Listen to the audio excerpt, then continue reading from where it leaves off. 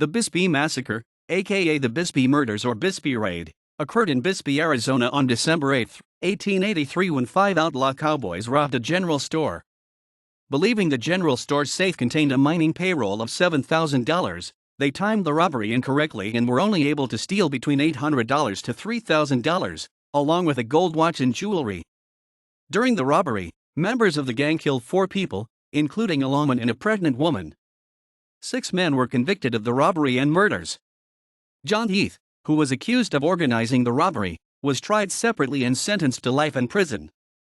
The other 5 men were convicted of murder and sentenced to hang. Unsatisfied with Heath's sentence, a lynch mob forcibly removed Heath from jail and hanged him from a telegraph pole on February 22, 1884. The other 5 men were executed on March 28, 1884. They were the first criminals to be legally hanged in Tombstone. The graves of the 5 murderers is part of the popular Boot Hill Graveyard tourist attraction in Tombstone. John T. Heath was born in Texas in 1855 to John and Sarah Heath. His family moved to Louisiana while he was young. The family eventually returned to Texas, and in 1875 Heath married Virginia, Tennessee Jenny Farrell. In 1882, Heath left Texas, settling first in Clifton, Arizona, where he opened a saloon. In November 1883, Heath moved to Bisbee with James Tex Howard. Along the way, Heath and Howard met friends of Howard, Dan Big Dan Dowd, Omer W. Rhett Sample, and Daniel York Kelly.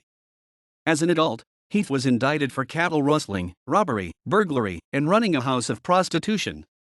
Bisbee didn't have a bank, and it was common knowledge that the $7,000 cash payroll, or about $192,000 today, for the Copper Queen mine was delivered to the Goldwater and Castaneda Mercantile Store 1 or 2 days in advance of the company's payday on the 10th of each month.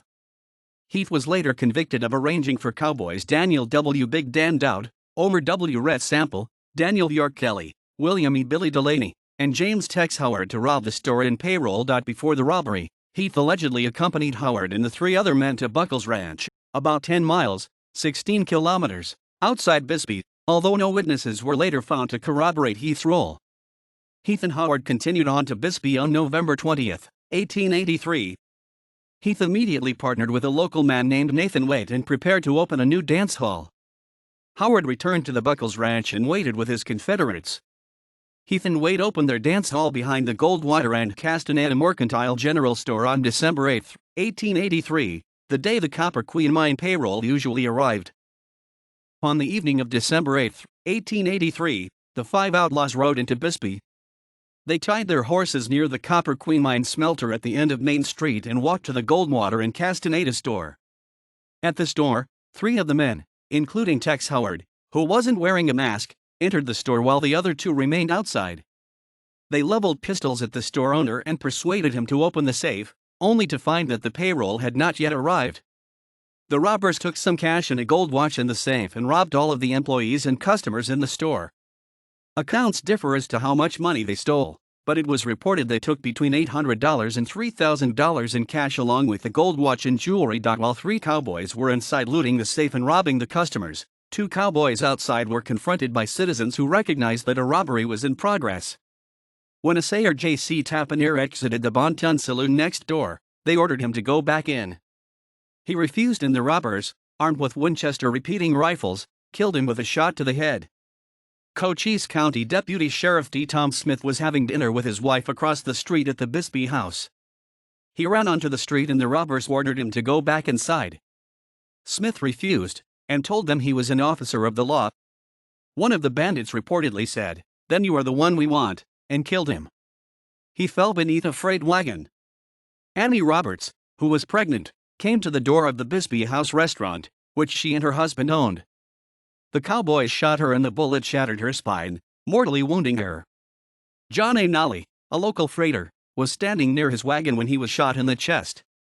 A local man, known only as Indian Joe, was wounded in the leg as he was trying to escape the shooting. Roberts and Nolly died later that evening. The robbers exited the store and ran for their horses, firing at anyone they saw. Deputy Sheriff William Billy Daniels, who had come from his saloon when he heard the shooting commence, emptied his revolver at the fleeing outlaws, but missed. The bandits mounted their horses and rode back up Main Street, over Mule Pass, and out of town. At Soldier's Hole, a side east of Bisbee, they divided the money and went their separate ways. The Copper Queen Mine offered a reward of $2,000 for the arrest and conviction of the Cowboys.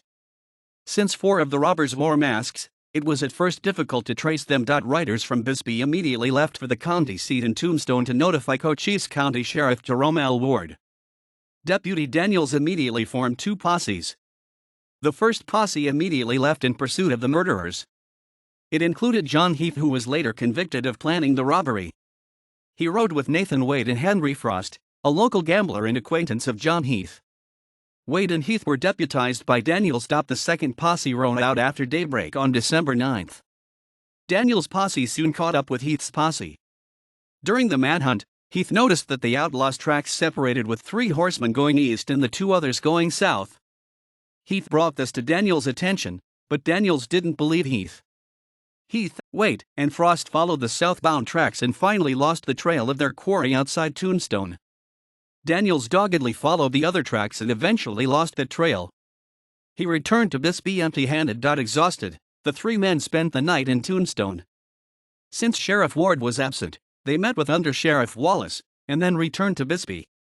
Heath and Wade were arrested the following day.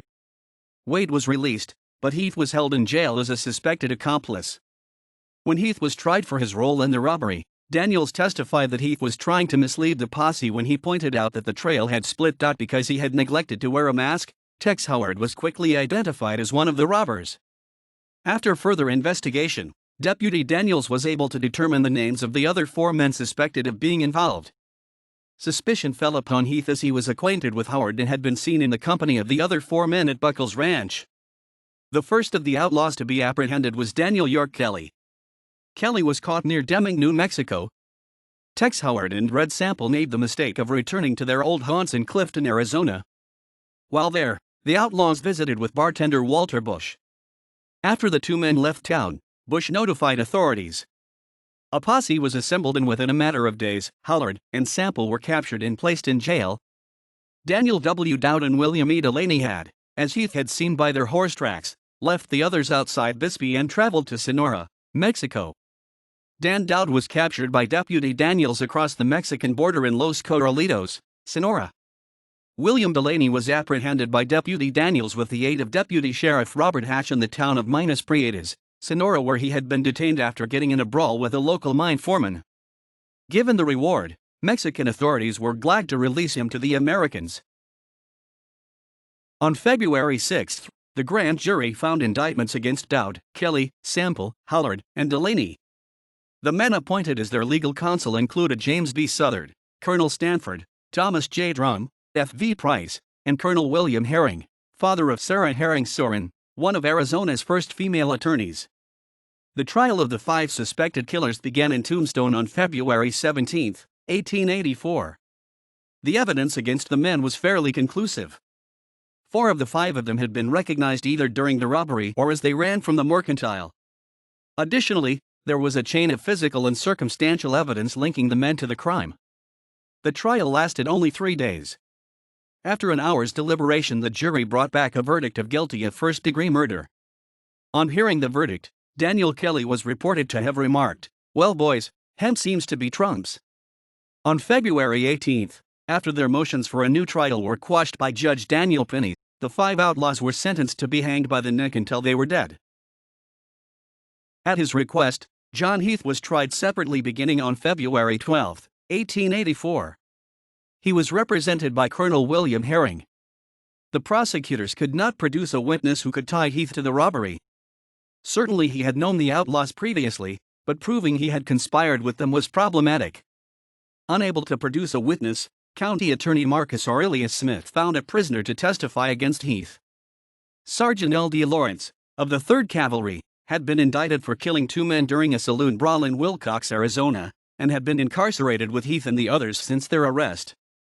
Sergeant Lawrence swore he had heard Heath and the outlaws discuss the robbery and how and why their plan had failed.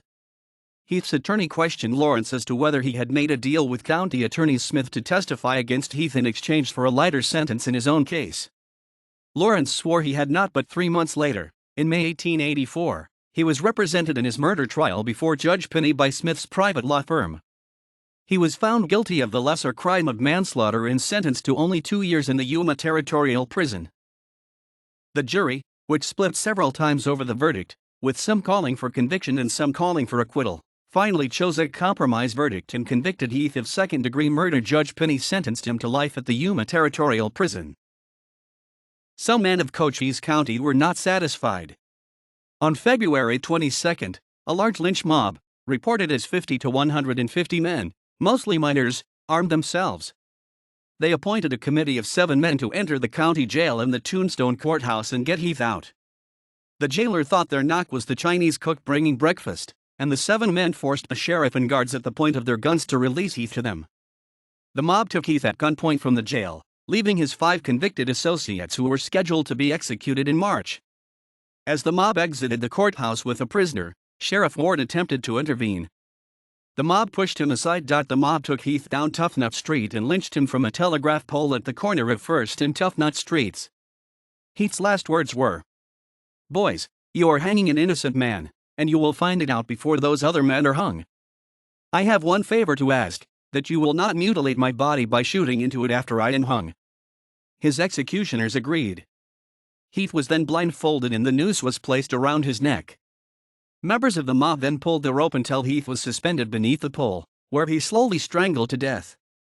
When the body finally came to rest, someone placed a placard on the telegraph pole bearing the inscription. The lynching at Tombstone was covered nationally, reported by the New York Times and the Chicago Tribune as well as by Western newspapers. The February 24, 1884 issue of the Times reported, Heath restated his innocence before the crowd put the rope around his neck and hoisted him off his feet. The mob left Heath hanging for half an hour, when he was cut down. After his death, Heath was described as a notorious gambler, burglar, horse, and cattle thief on February 28, 1884, by the Kaufman's son in his hometown of Terrell, Texas. Dr. Georgie Goodfellow, who had witnessed Heath's hanging, was county coroner and responsible for determining the cause of death. His conclusion reflected the popular sentiment of the town. He ruled that Heath died from emphysema of the lungs, which might have been, and probably was, caused by strangulation, self-inflicted, or otherwise, as in accordance with the medical evidence. While a great marker for John Heath is currently located in the Tombstone Boot Hill graveyard, his body was returned to his family in Terrell, Texas, where he was buried at the Oakland Cemetery in an unmarked grave.